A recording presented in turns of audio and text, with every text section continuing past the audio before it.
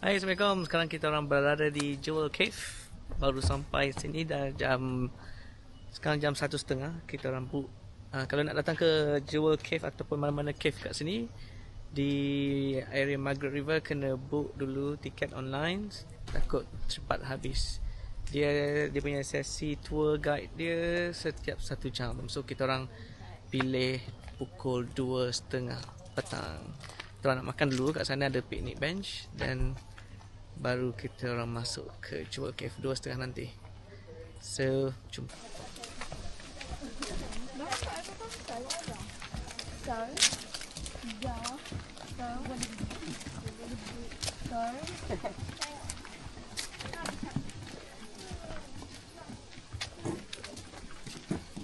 Mana tempat makan dia? Dia kata ada kat area sini. Nak pergi toilet dulu ke? Kat sana. Kita orang ni baru sampai Jewel Cave. Kononnya nak makan, nak piknik dekat luar ni. Tapi bersepah. Lalat penuh. Tengok lalat muka.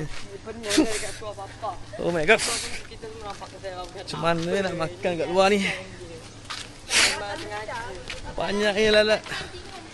So tak ada yang makan kat luar, terpaksa makan dalam kafe dia. So selamat datang ke Jewel Cave. Pegang balu. Okay,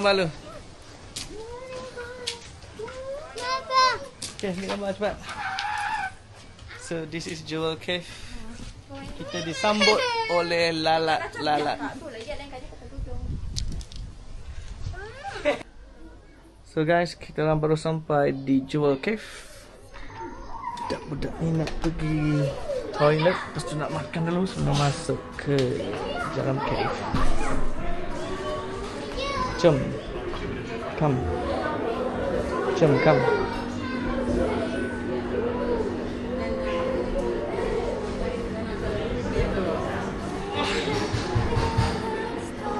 Jom. Pergi toilet lah. Orang pergi toilet, abang kita tanya orang tu biar makan sini. Siapa pergi toilet? Syah? Kita toilet first. Siapa duduk sini? Saya buka dulu ni. Apa tadi dia cakap tadi dia bagi kan? Tapi dia kata kena kemas sendiri, lepas tu buang sampah lepas makan. Sendiri. Yeah, we can do that. Pas we move Air. Panas lah. Ah, musik dia. Tadi apa bau rubber lah. Iham dinosaur. Rubber. Sebelum macam ni.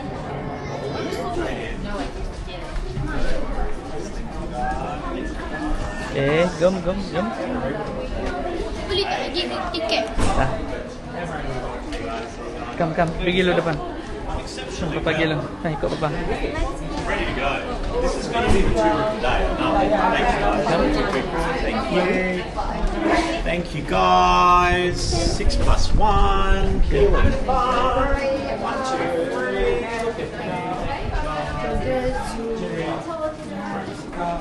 3. Tiptoe through the rough mics.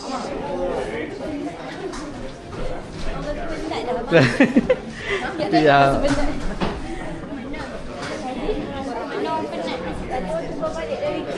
Beratur sini. Tadi kan masuk ada. Ada? Tanah pergi jauh. Kenapa dah pergi jauh?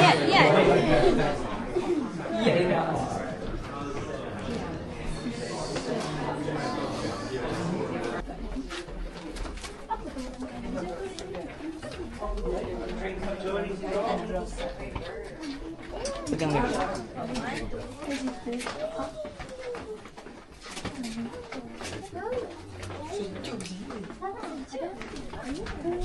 Nasi apa kau jual?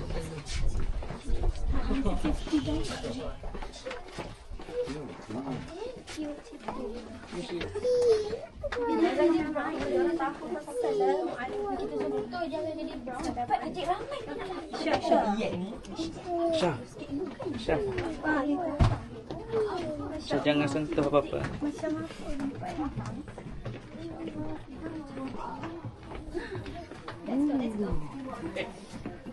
Cantik ni.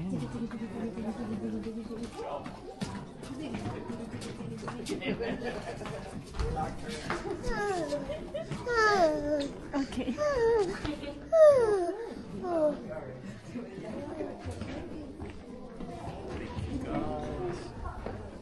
Thank you.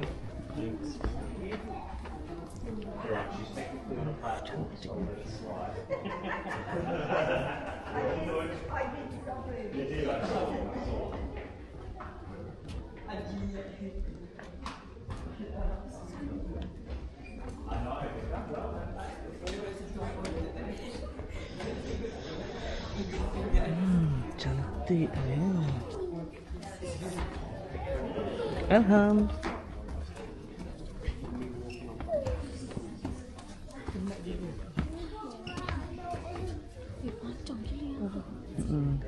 Tu dia jaga nature dia. Cantik. Kalau tak elok jangan sentuh apa. Cek gambar dia. Ini akar pokok lah. Ya. Gambar dia. Jangan guna flash. Oh, ini akar pokok ni. Tinggi lah.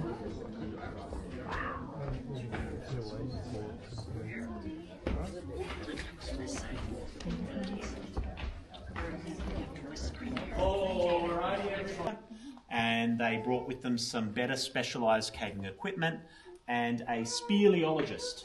Does anyone know what a speleologist is? Kind of like a geologist, but they specifically study caves. And speleotherms, which are calcite crystal formations. And if you are caving, you are spelunking. Yeah, doesn't sound very scientific, but that's what you are all doing today. You are all spelunking in Jewel Cave. That's very good singing. That's okay. So they came back in '58. That's when they did all of their exploration trips. They then got some grant funding. They put in a little man-made entrance at the front here. And then they ran their first guided tour into Jewel Cave on Boxing Day 1959. And it has always been a guided tour, which means it's one of the best preserved and one of the best examples of what a conservation show cave should be. Now, what made the hole in the roof? Water made it bigger.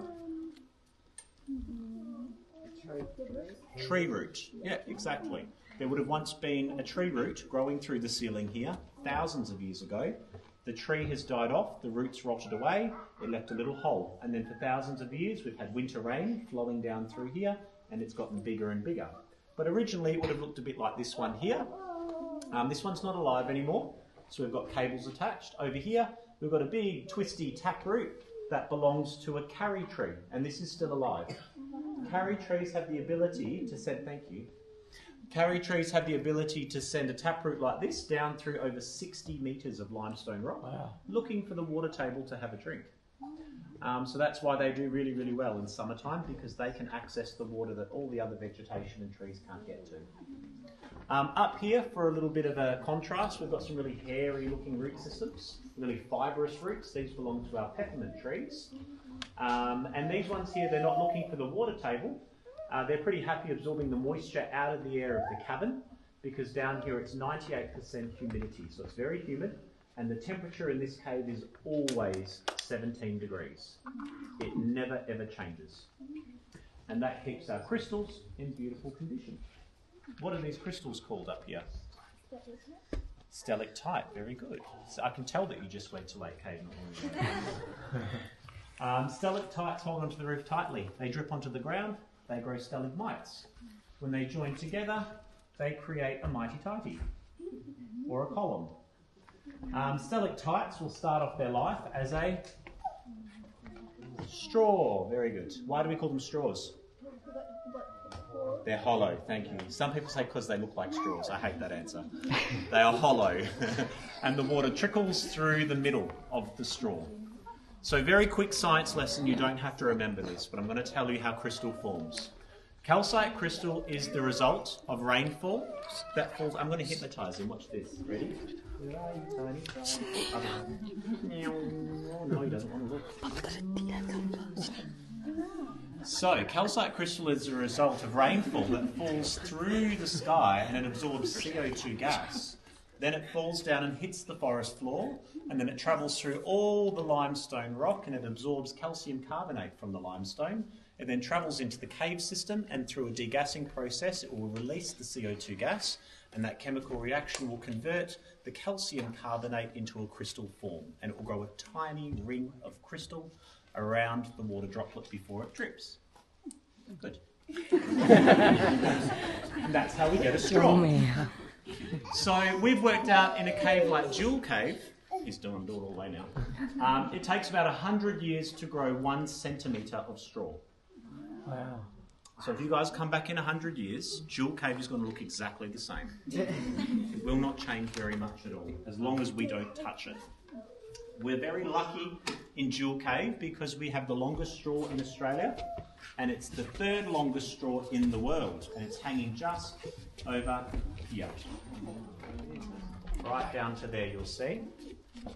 So that straw is 5.43 metres in length. It drips every now and then. I've seen it drip twice in 7 years, so it's not very active. But it does still drip. Oh gosh, I thought I trod on his head. But it was just his shoe. All good. This straw here is about as strong as a fine piece of dried pasta hanging from the ceiling. So it's very, very fragile.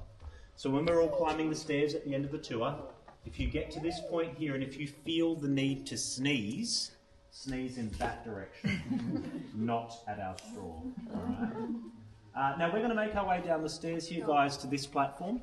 Then we're going to go right to the bottom of the cave, into the 2nd chamber, around, up, down, into the 3rd chamber, and then the fun bit is climbing over 200 stairs all the way out.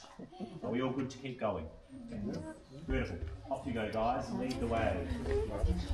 Follow the gentleman. The thickness of the ceiling here is 12 metres thick. So the very first person to make their way down through this little hole in the roof here was a gentleman called Cliff Spackman. You might have read his name on one of the doors somewhere. If you're on the door, you're important. I'm not on any doors yet, but one day. He was making his way through the forest with his mates in 1957, and they literally stumbled upon this hole in the ground.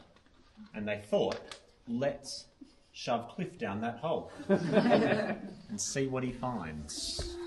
I don't know if he was the bravest man, maybe he was just the smallest man. But they tied a rope around his waist, he had a little lantern, and they lowered him down. And obviously it wasn't just a straight drop because it twists and winds all the way, but eventually he did drop into this massive big cavern, and if his lantern was to go out, it would be pitch black down here.